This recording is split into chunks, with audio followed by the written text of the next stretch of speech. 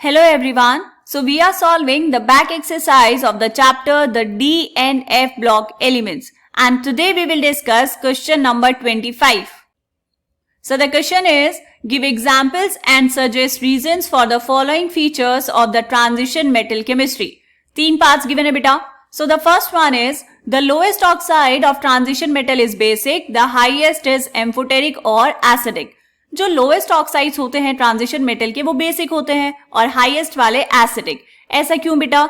जब आप बात कर रहे हैं लोएस्ट ऑक्साइड की, तो लोएस्ट ऑक्साइड का मतलब हुआ कि आपके पास जो मेटल है वो प्रेजेंट होगा कम ऑक्सीडेशन स्टेट में, और ऑक्सीडेशन स्टेट अगर कम है तो जो वैलेंस इलेक्ट्रॉन्स है वो उनको डोनेट कर सकता है, और जब डोनेट हो जाएंगे इलेक्ट्रॉन्स तो उसी को हम कहते हैं बेसिक कैरेक्टर है. राइट? तो कैसे लिखेंगे इसको? देखो, the lowest oxide of transition metal is basic because the metal atom has low oxidation state. This means that it can donate valence electrons which are not involved in bonding to act like a base. Whereas the highest oxide is acidic due to the highest oxidation state, as the valence electrons are involved in bonding and are unavailable. क्या हुआ बेटा? Highest oxide में जो electrons थे वो सारे के सारे पार्टिसिपेट कर रहे हैं बॉन्डिंग में, तो वहां पर इलेक्ट्रॉन्स ही प्रेजेंट नहीं है, इसीलिए वो कैसे एक्ट करेंगे? As an acid.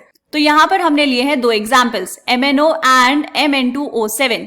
इन दोनों में बात करेंगे ऑक्सीडेशन स्टेट्स की. MnO में मैंगनीज की ऑक्सीडेशन स्टेट कितनी है बेटा? +2, एंड Mn2O7 में मैंगनीज की ऑक्सीडेशन स्टेट है +7.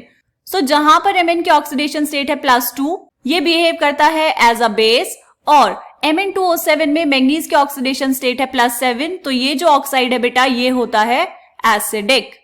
क्लियर? फर्स्ट पार्ट समझ आ गया? ओके, अब देखते हैं बेटा सेकंड पार्ट. सेकंड पार्ट में क्या पूछा है आपसे, पढ़ेंगे साथ में. अ transition metal exhibits highest oxidation state in oxides and fluorides. Transition metal अपनी हाईएस्ट ऑक्सीडेशन स्टेट एग्जिबिट करता है जब वो बनाता है ऑक्साइड या फिर फ्लोराइड. ऐसा क्यों? ऐसा इसलिए क्योंकि ऑक्सीजन और फ्लोरीन ये दोनों हैं इलेक्ट्रोनेगेटिव एलिमेंट्स. फ्लोरीन की इलेक्ट्रोनेगेटिविटी सबसे ज्यादा है और उससे कम है ऑक्सीजन. अगर इनके साथ आपने मेटल को लगा दिया तो वो सारे इलेक्ट्रॉन्स अपनी तरफ खींच लेंगे, है ना, और जो मेटल है वो चले जाएगा अपनी हाईएस्ट ऑक्सीडेशन स्टेट में. कैसे लिखा है हमने इसको? A transition metal exhibits higher oxidation states in oxides and fluorides because of small size and high electronegativity of oxygen or fluorine can oxidize the metal to its highest oxidation state. ठीक है, क्योंकि इनका size छोटा है और electronegativity ज्यादा है, तो ये क्या करते हैं, सारे के सारे इलेक्ट्रॉन्स को अपनी तरफ ले लेंगे, या फिर हम कहेंगे मेटल को ऑक्सीडाइज कर देंगे उनकी हाईएस्ट ऑक्सीडेशन स्टेट में. Second part done. अब देखते हैं थर्ड पार्ट. थर्ड पार्ट में क्या पूछा बेटा आपसे? The highest oxidation state is exhibited in oxo anions of a metal.